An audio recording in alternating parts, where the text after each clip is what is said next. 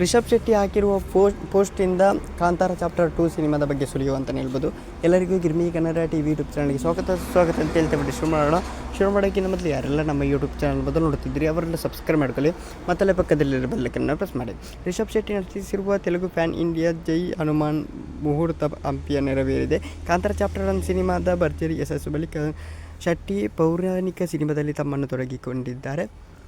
ಸದ್ಯ ನನ್ನ ಕೈಯಲ್ಲಿ ಜೈ ಹನುಮಾನ್ ಸಿನಿಮಾ ಮಾತ್ರವೇ ಇದೆ ಎಂದು ಕಾಂತಾರ ಚಾಪ್ಟರ್ 1 ಸಿನಿಮಾ ಬಿಡುಗಡೆ ಸಮಯದಲ್ಲಿ ಹೇಳಿದ್ದರು. ಆದರೆ ಇದೀಗ ಯುಗಾದಿಯಂದು ರಿಷಬ್ ಶೆಟ್ಟಿ ಹೊಸ ಸಿನಿಮಾ ಪ್ರಾರಂಭ ಮಾಡುವಂತಿದ್ದಾರೆ ಅಂತಲೇ ಹೇಳ್ಬೋದು. ಇಂದು ಯುಗಾದಿ ಹಬ್ಬದ ಪ್ರಯುಕ್ತ ರಿಷಬ್ ಶೆಟ್ಟಿ ಮತ್ತು ಅವರ ಪತ್ನಿ ಪ್ರಗತಿ ಅವರು ಕಮಲಾಶಿಲೆಯ ದುರ್ಗಾಪರಮೇಶ್ವರಿ ದೇವಾಲಯ ಭೇಟಿ ನೀಡಿದ್ದಾರೆ ಅಂತ ಹೇಳ್ಬೋದು. ರಿಷಬ್ ಶೆಟ್ಟಿ ಅವರ ಈಗ ಏನಂತ ಹೇಳಿದರೆ ಈ ಚಿತ್ರಗಳನ್ನು ಸಾಮಾಜಿಕ ಜಾಲತಾಣದಲ್ಲಿ ಹಂಚಿಕೊಂಡಿದ್ದಾರೆ. ಅದರ ಜೊತೆಗೆ ಮತ್ತೊಂದು ಪೋಸ್ಟು ಹಾಕಿದ್ದಾರೆ. ಅಧ್ಯಾಯ 2 ಇಲ್ಲಿಂದ ಶುರು ಎಂಬುದು ಬರೆದಿದ್ದಾರೆ. ಚಿತ್ರವೊಂದು ಹಂಚಿಕೊಂಡಿದ್ದಾರೆ. ಅದರ ಜೊತೆಗೆ ಹೊಸ ಮುಹೂರ್ತ ಹೊಸ ಚಾಪ್ಟರ್ ಎಂದು ಬರೆದುಕೊಂಡಿದ್ದಾರೆ. ಆದ್ದರಿಂದ ಈಗ ರಿಷಬ್ ಶೆಟ್ಟಿ ಅವರ ಪೋಸ್ಟ್ ಅಭಿಮಾನಿಗಳಿಗೆ ಕುತೂಹಲದ ಜೊತೆಗೆ ನಿರೀಕ್ಷೆಯನ್ನು ಸಹ ಮೂಡಿಸಿದೆ.